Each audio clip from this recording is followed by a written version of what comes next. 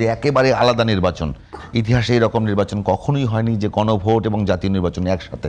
বাংলাদেশে এবারই প্রথম হচ্ছে। এই নির্বাচনটাকে কেমন দেখছেন এবং এই নির্বাচনটা নিয়ে যে শঙ্কা এখন পর্যন্ত অনেকেই করে, মানে শুরু থেকেই তো অনেক আলোচনা আছে যে শঙ্কা আছে নির্বাচন হবে কি হবে না, এখন পর্যন্ত সেই শঙ্কাটা কিন্তু আছে, কিন্তু অনেক ছোট পরিসরে। সেই শঙ্কাটা এখন পর্যন্ত কেন আছে সেটা বলবেন। আর 2 নম্বর, এই নির্বাচন নিয়ে আপনি কতখানি আশাবাদী যে কেমন নির্বাচন হবে এটি? ধন্যবাদ আপনাকে।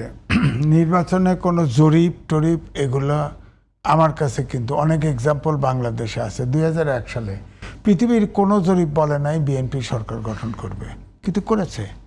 জনগণ গোপনেই ভোট দিয়েছে আমি বলবো, কারণ নাইলে তো আমরা বুঝতাম। এবার জরিপগুলো বলছে বিএনপি ক্ষমতায় আসবে না, বিএনপি বড় দল।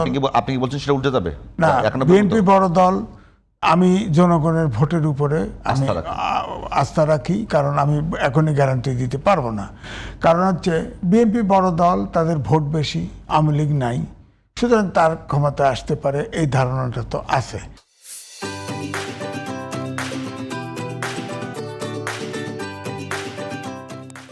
কিন্তু রেজাল্ট যে উল্টাবে না এই গ্যারান্টি কেউ দিতে পারে না। তাহলে 2001 সালে উল্টাইলো কেন?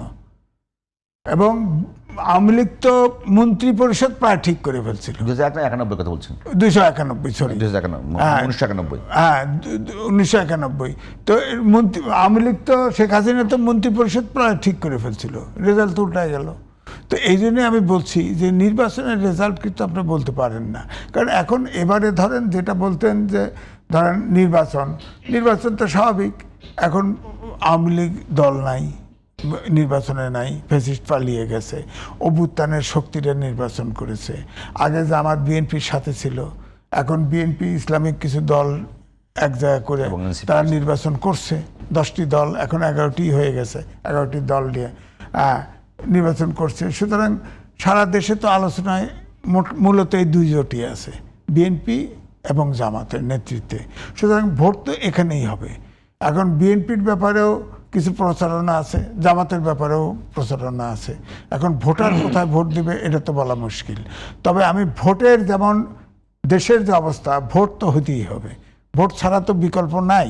কারণ ভোটের আর 11 দিন আছে। আমি আপনাকে বলি যে এইবার এক দল 8 দলকে আক্রমণ করছে, তো নির্বাচনে সবসময় করেই থাকে। এইবার যেমন জামায়াতে ইসলাম বিএনপিকে আক্রমণ করছে যে তারা দুর্নীতিগ্রস্ত এবং চাঁদাবাজি করে। বিএনপি আক্রমণ করছে যে জামায়াতে ইসলামের 1971 সালে তাদের ভূমিকা খুবই নেতিবাচক ছিল, তারা রাজাকার ছিল, আলবদর ছিল, আলসাম ছিল। আসলে বাংলাদেশে এইবারের নির্বাচনে মানে একটা যুক্ত হয়েছে যে ইসলামপন্থী দলগুলোকে তারা একসাথে করে ধর্মকে ব্যবহারের চেষ্টা চলছে। তো জামাতের পক্ষ থেকে অভিযোগ যে বিএনপি দুর্নীতিগ্রস্ত এবং চাঁদাবাজ, আর বিএনপির পক্ষ থেকে অভিযোগ যে 71 সালে তাদের অবস্থান খারাপ ছিল এবং 71 সালে ভূমিকা খারাপ ছিল, সাথে যুক্ত হয়েছে তারা ধর্মকে ব্যবহার করছে। আসলে আপনার কাছে কি মনে হয় সাংবাদিক হিসেবে বাংলাদেশের মানুষ এবার কোন দিকটাকে গুরুত্ব দিতে পারে? ইতিহাসের নেতিবাচক যে ভূমিকা ছিল সেটি, নাকি এখন বাজারে যে নেতিবাচক ভূমিকা আছে? আমি আমার কথা বলতে পারি। আমি মনে করি যে 54 বছর দেশ স্বাধীন হয়েছে, এই দেশে মানুষের মনোজগতে এমন পরিবর্তন ঘটে গেছে, মনে হয় আমরা 3 জন সৎ আছি, সুবিধার মতো চেয়ার পাইনি বলে, নইলে আমরাও দুর্নীতি করতাম। অর্থাৎ মানুষ জাতি ধ্বংস হয়ে গেছে, মনোজগৎ শেষ হয়ে গেছে। এখন জামাতে ইসলাম বলা হচ্ছে চাঁদাবাজের দল, বিএনপির থেকে কোনো উত্তর পাচ্ছি না। তো বিএনপিকে একবার বলা উচিত ছিল না শক্ত করে, অন্তত ক্ষমতা গিয়ে দুর্নীতির 0 টলারেন্স বা দুর্নীতি লাগাম টেনে ধরব বলছে, কিন্তু এটা ধরে শুনে আসে না। আবার জামাত ইসলাম দেখেন মুক্তিযুদ্ধের বিরোধী শক্তি, এতে কোনো সন্দেহ নাই। তারপরে আপনি দেখেন পোস্টাল ব্যালট, তারপরে ভোট ট্রান্সফার, তারপরে বাসায় গিয়া নারীরা গিয়া এনআইডি চাওয়া, বিকাশ নাম্বার চাওয়া, এগুলো আছে। তারপরে তাদের রাজনীতিটা পরিষ্কার নাই।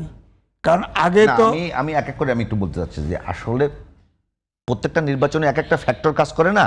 তো নিঃসন্দেহে 71-এর ভূমিকা কারো যদি নেতিবাচক থাকে, 71-এর ভূমিকা কারো খারাপ থাকে, 71 যদি বাংলার মানুষের বিরুদ্ধে কেউ অবস্থান নিয়ে থাকে, সেটা নিঃসন্দেহে বড় ধরনের একটা মানে নেগেটিভ তার পয়েন্ট।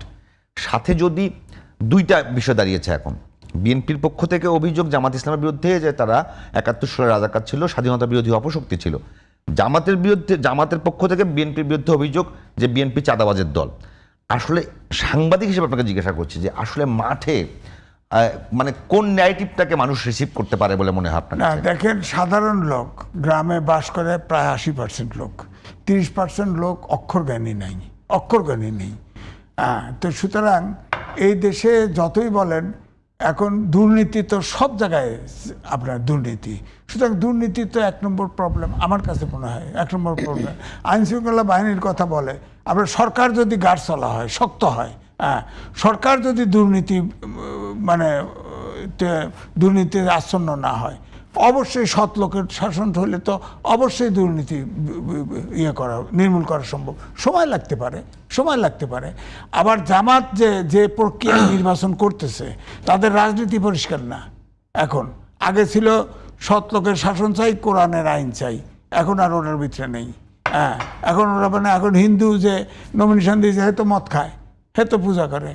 আবার আল্লামা সাঈদীর বক্তৃতা শোনেন, ইউটিউবে পাবেন, সবগুলো কর্ম, জামাতের যতগুলো কর্ম আছে সব ইসলাম বিরুদ্ধে। আল্লামা সাঈদীর, সে তো জামাত করতো, তার তো হত্যা করেছে। তা দেখেন তারটা শোনেন। দ্বিতীয়টা, এই যে নারীদেরকে বোরকা পরায় বাড়িতে বাড়িতে ঘুরাচ্ছে, এটা নিয়ে তো বিশ্বাস করেছে মানুষ যে বিকাশ নাম্বার চায়, এনআইডি চায়। বলেন বিকাশ নাম্বার দিয়ে কী করবে? এই নির্বাচনে বড় ধরনের নেগেটিভ ভূমিকা পালন করবে। হ্যাঁ, এটা নেগেটিভ ভূমিকা পালন করবে, কারণ জামাত তো এই যে গুপ্ত কাজ করতেছে, এটাই একটা বড়, এটাই তার মাইনাস পয়েন্ট। নাহলে জামাত যেভাবে কাজ করতেছে প্ল্যানে, কৌশলে, এটা কৌশলটা যদি মানুষের কাছে গ্রহণযোগ্য হতো, ধর ভোটার ট্রান্সফার, বরিশালের ভোট চলে আসতেছে ঢাকার এক সিটে, এটা ইলেকশন শিডিউল দেওয়ার আগেই তারা পরিকল্পনা করে ফেলছে। এবং বাংলাদেশের ইতিহাসে একটা নির্বাচনে 7 লক্ষ ভোট ট্রান্সফার হয়ে ঢাকা শহরে ঢুকছে।